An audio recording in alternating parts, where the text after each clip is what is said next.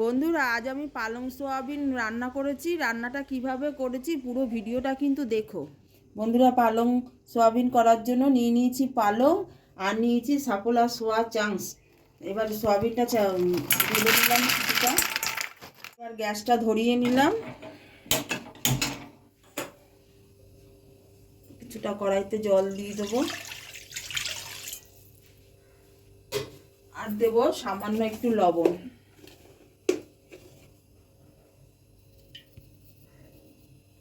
এবার জলটা গরম হতে থাকুক। জলটা ফুটে গেছে, এবার জলটা সোয়াবিনের মধ্যে ঢেলে দেবো। সোয়াবিনটা সিদ্ধ করবো না, ঢেলে দিয়ে কিছুক্ষণ ঢেকে রেখে দেবো। আবার কড়াইটা বসিয়ে দিলাম। এবার কড়াইটাতে আবার একটু জল দেবো, ততক্ষণ একটু পালং 3-4 মিনিট পালং শাকটাকে সেদ্ধ করে নেব।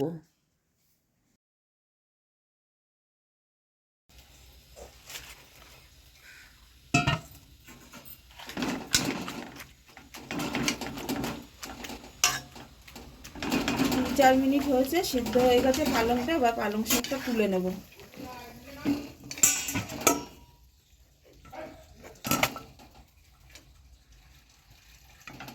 এবার পালং শাকটার মধ্যে একটু ঠান্ডা জল দিয়ে দেবো, তাহলে পালং শাকের যে সবুজ রঙটা সেটা নষ্ট হবে না। ঠান্ডা জল বা ফ্রিজের জল, বরফ টুকরো দিলে পালং শাকের যে কালারটা সেটা থেকেই যায়। কিন্তু এখন তো দরকার নেই, এখন বাইরের জলই এমনি ঠান্ডা খুব। এবার পেস্ট করে নেব টমেটো, আদা আর কাঁচা লঙ্কাটা। 3টে দিয়েছি কারণ খুব ঝাল এই কাঁচা লঙ্কা।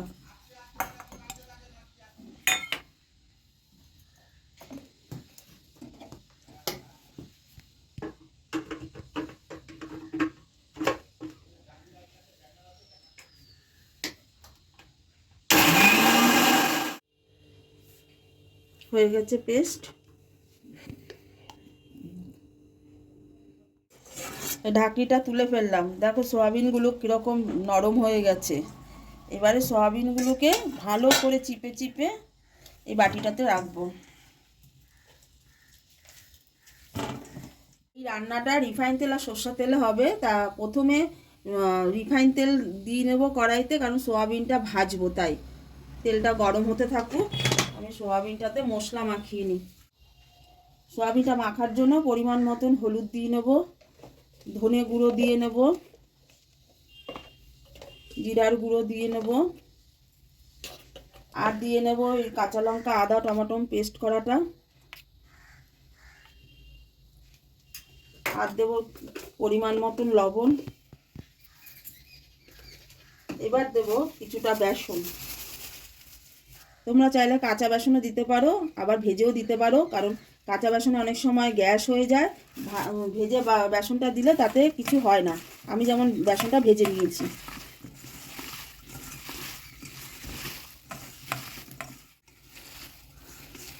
এই মেখে নিয়েছি দেখো ভালো করে। এবারে কড়াইতে তেলটা গরম হয়ে গেছে, এবার ভাজতে দিয়ে দেবো। এটা তোমরা এমনিও চা দিয়ে বা বিকেলে বসে ঠান্ডার সময় খেতে পারবে। এই ভাজা সোয়াবিনটা খেতে খুব ভালো লাগে।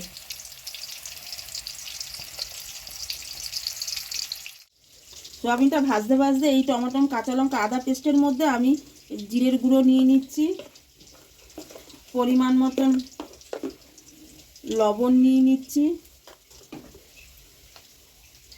হলুদ নিয়ে নিলাম, আর নিলাম ধনে গুঁড়ো। এবার নেব কাশ্মীরি লঙ্কার গুঁড়ো। এমনি লঙ্কার গুঁড়ো দেবো না, কারণ কাঁচা লঙ্কা দিয়েছি, খুব ঝাল, একটু কালার হওয়ার জন্য শুধু দিলাম। এই পেস্টটা ভালো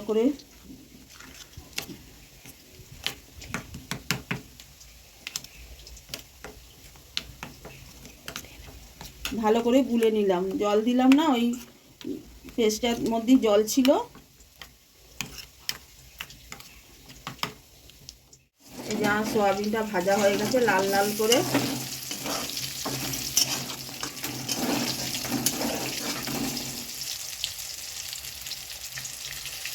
এবার তুলে নেব, সোয়াবিনগুলো তুলে নিলাম। দেখো কি সুন্দর ভাজা হয়েছে। এগুলো শুধু শুধু খেতে পারো। অল্প পরিমাণে রিফাইন তেল আছে, তার মধ্যে আবার একটু সরষের তেল আর একটু দিয়ে নিলাম। এবারে সম্বাদ দেবো এলাচ, দারচিনি, লবঙ্গ।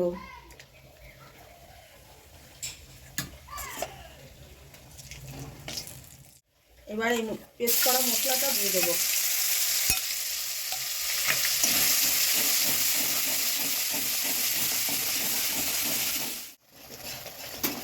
এই যে মশলাটা কষে গেছে, এইবারে দিয়ে দেবো ফেটানো দই। ফেটিয়ে নিয়েছি দইটা।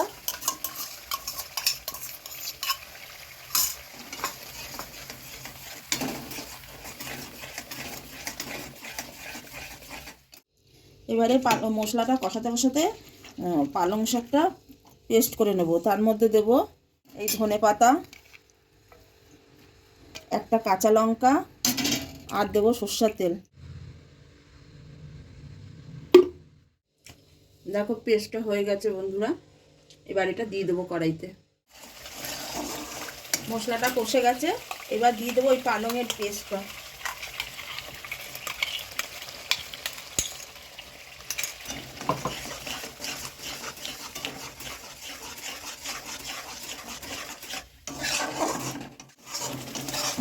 মশলাটা কষে গেছে, এবার ওই মিক্সি বাটিটা ধোয়া জলটা দিয়ে দেবো।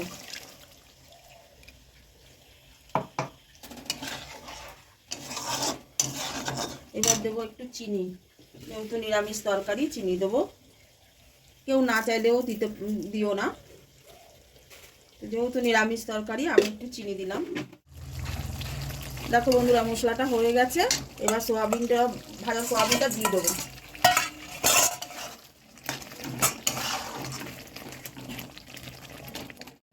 ঝোলটা ফুটে গেছে, এবার গরম মশলা দিয়ে নামিয়ে ফেলবো। একটু ঝোল ঝোল রাখলাম কারণ পরে শুকিয়ে যাবে ঝোলটা।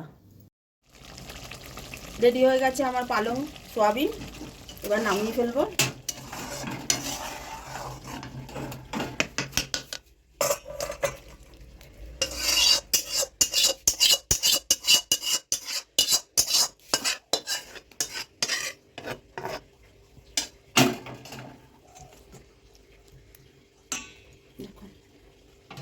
কালারটা দেখো।